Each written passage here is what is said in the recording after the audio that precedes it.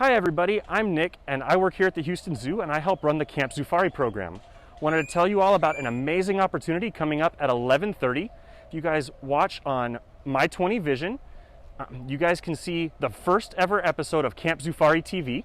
That'll be every Wednesday at 11:30 from now until the end of July. But I'm here today to show you guys one of my animal friends. One of my favorite pieces of camp is the opportunity to bring our animal ambassadors out and talk with campers about our animals. So I have one of those animals here with me. He's gone and hid his head, but his name is William Snakespeare.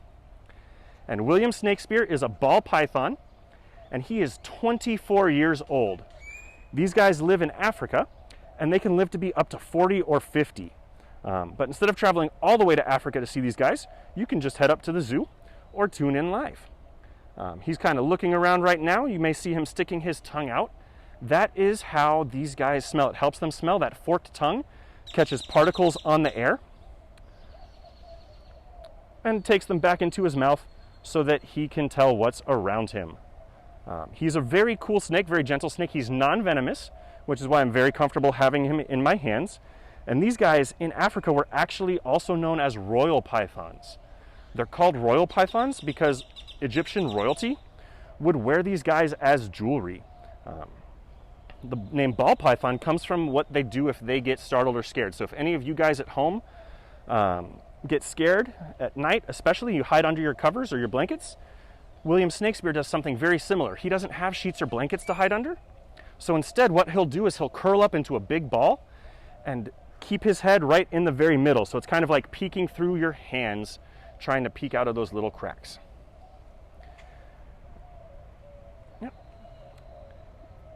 William Snakespeare is a carnivore. He loves to eat meat. So here he would eat little mice or other little lizards and things. Mary wants to know, can they smell? They can smell, and as you see him stick his tongue in and out, he is capturing scents on the air to figure out what's going on. I hear a lot of birds right now. He may be interested in figuring out where they are. He also has a really cool adaptation. If you look at right above his mouth, he is a type of snake that has heat sensing pits. So he's got little holes right along the top of his lip that allow him to tell the temperature of things, so he can tell what's a rock or a plant or something he might want to eat using those pits. Teresa wants to know, is he poisonous? He is not poisonous. He is not venomous. He is what's called a constrictor. So when he finds his food, he's going to give it a big hug, a big squeeze, and that's how he's going to catch his prey. That was a very good question, Teresa. William Snakespeare and I, we've worked together for a while, so he's gotten very comfortable being out in my hands, and I've gotten very comfortable with him. But he is one of our animal ambassadors, like I said, and he's a camper favorite. They love to meet William Snakespeare up close. As he's slithering around, you can see all his scales. Because he's a reptile, his body is covered in these scales. But these scales are not slimy. They help him move around. He's got smaller scales on his back, big scales on his belly. And if you guys have any questions about William Snakespeare, be sure to put them in the comments. Ishani wants to know, how far away can they see? That's going to be different for each snake, just like it's different for each one of us. And I'm not exactly sure how far away he can see, but maybe we can find that answer for you later, Ishani, and post it on our Facebook page. That was a very good question.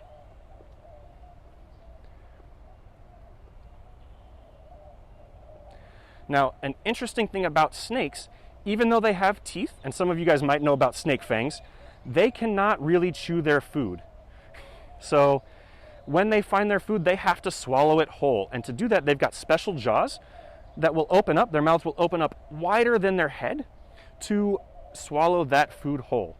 Tori wants to know what happened to my finger. Tori, I had a construction accident this weekend and ended up cutting my finger. And just to keep it safe and from getting any germs in the cut, I've got it bandaged today. Natalie asks, how old is William Snakespeare? William Snakespeare is older than a lot of our campers, all of our campers actually, at Camp Zoofari. William Snakespeare's 24 years old, but these guys can live to be 40 or 50.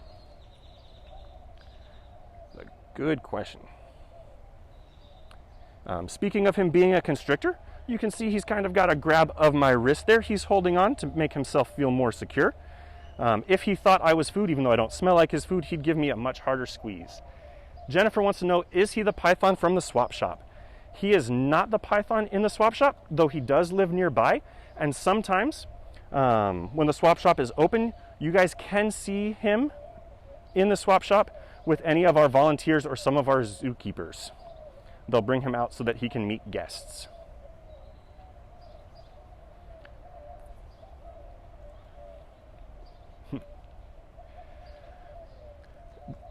Dawn wants to know how long to digest a meal. So we regularly will eat 2 to 3 meals a day because that's what we need to eat to survive. Pythons like William Snakespeare don't need to eat as often. So it takes them a while to digest their food, and they can eat 1 meal maybe once a week. And that's enough to get them through from week to week. And it will take about that full week then for that meal to fully digest. Some of our bigger snakes, like those in the reptile house, some of our larger pythons, in the wild, they could go even a whole month without having to catch new food. Jenny wants to know how many eggs can they lay. That number varies as well, but these guys typically, I believe, lay 4 to 6 eggs per clutch. And that's actually one way that we can tell whether our snakes are boys or girls. It's very hard to tell just by looking at them. They all look the same, boys and girls. Snakes all look very similar, so we know that they're a girl snake if they ever lay eggs, and if they don't, we assume that they're a boy. So Anna wants to ask, has he ever bit me? He has not. He does have a mouth and teeth, so he could, but he's only going to bite if he feels threatened and needs to defend himself, or if he thinks I'm food. And since I don't look or smell like a mouse, and I make sure that he stays very safe, he has never bitten me. Liz wants to know, does the pattern of his scales change? And they do not. So this pattern of scales that he has, every time he grows or sheds his skin, that pattern on his scales will remain. As he's moving around in my hand, you can see he's got that pattern on his back, but along his belly, he doesn't have the same pattern. And those patterns help him stay camouflaged. It helps break up his outline if he's moving in and amongst the rocks. Brandy wants to know, how often does he shed? When William Snakespeare was a younger snake, he would shed more regularly, but now that he's a little bit older, he's not going to shed as often. I don't know the specifics on how often these guys shed, but we can look that up for you as well.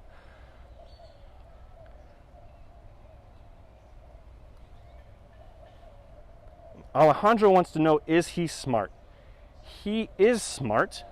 Reptiles, we measure if they're smart or intelligent differently than we might with humans. We can't give him a math test or a reading test.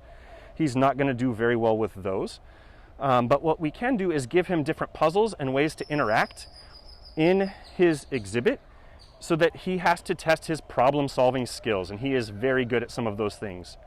Like I said, William Snakespeare is one of our animal ambassadors that he loves to come and visit our campers. We've got another guy to show you all in just a moment. So if you'll bear with us, we'll swap those out. Danielle's going to help me out here. Thank you, Danielle. Now this snake is Jolt, and Jolt is a Sonoran gopher snake. Right now, since he's curled up nice and tight on my hands, you can see he has a different pattern than William Snakespeare, and his pattern changes all across his body. So it starts with one pattern up towards his head and moves to be a different pattern towards his tail. You can see down towards the base of his tail right here. He's got a lot more stripes than spots, and that pattern, because he's a longer snake, is going to help break up his outline as he moves around. Now you can find a Sonoran gopher snake like Jolt here in the United States, but they're going to be very difficult to see, partially because they're camouflaged, but also because these guys avoid the heat of the day and tend to come out at night. They'd rather move around when it's a little bit cooler, so they don't have to worry about the heat from the sun. Again, if you guys have any questions, be sure to post them in the comments. Jolt is not as old as William Snakespeare, so Jolt is only about 6 or 7. I believe he's got a birthday coming up later this summer. And this species of snake, they'll live to be about 20 years old. So he's still got many birthdays to come. You can see, just like William Snakespeare, he's flicking his tongue in and out, he's sniffing around, and moving his eyes, trying to figure out what's going on around him. But just like William Snakespeare, Jolt is non-venomous, makes me very comfortable to hold on to him because I don't have to worry about that venom. But just like William Snakespeare, he does have fangs and teeth.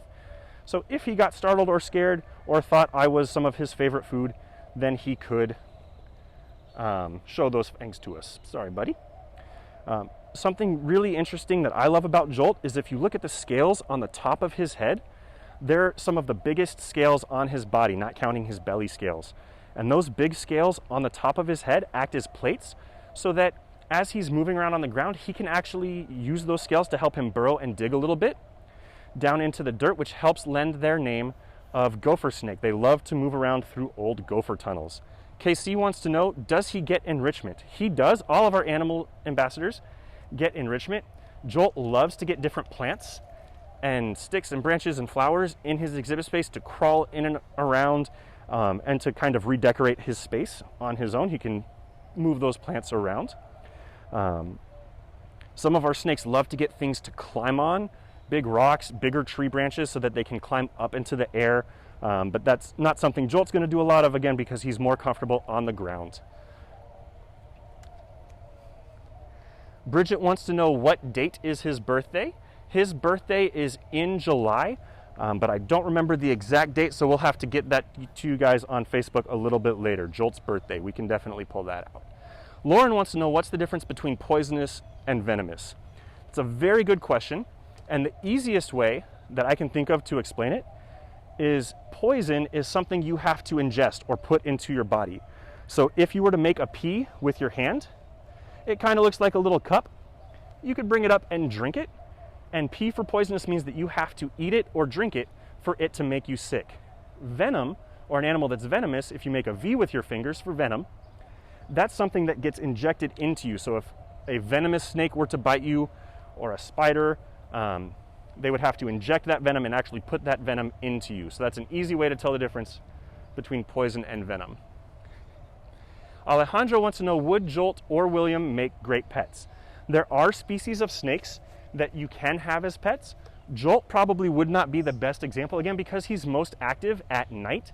You're going to be awake all day wanting to interact with him, and then you go to bed and that's when he wakes up. Also, because he likes to dig, it's going to be tough to see him in his terrarium or in his enclosure. Animals like ball pythons can be kept as pets, but again, there's a lot of care that goes into making sure that they have enough enrichment and the right kinds of food. So make sure before you look at getting any type of snake as a pet that you do your research. Lily wants to know, do snakes like fruit? And none of the snakes that I know here at the zoo like fruit. They may get some pieces of it in their enclosure to play with or move around with, but they are all carnivores. They love to eat meat, and so they would not be interested in eating fruit. That was a good question. If you look at Jolt's scales a little bit, his scales are a slightly different shape than William Snakespeare's, and that's partially because of where they live. Jolt has keeled scales, which means there's a small little ridge in the middle of each scale, and that helps him move more easily through the loose dirt and sand. Ella wants to know if Jolt has heat-sensing nostrils. So if you look at Jolt's mouth really closely, he's a species of snake where you don't see those heat-sensing pits. He does have nostrils just like we do. He's got a little nose that he can breathe in and out of, but he does not have those heat-sensing pits like the pythons. Those keeled scales that I was talking about on Jolt's back also help him if it rains. It helps the water to just slide right off of him. All right, guys, we are just about out of time. So I want to say thank you all for tuning in. I hope you learned something about our snakes and enjoyed getting a chance to see them. Don't forget, right after this at 11:30 on My 20 Vision, you can tune into the first episode of Camp Zufari TV. Our next Facebook Live will be next week on Wednesday at 11 o'clock. And don't forget too, the zoo is now open, so you can find all that information on our website, buy tickets, and come out and visit us. See y'all next time.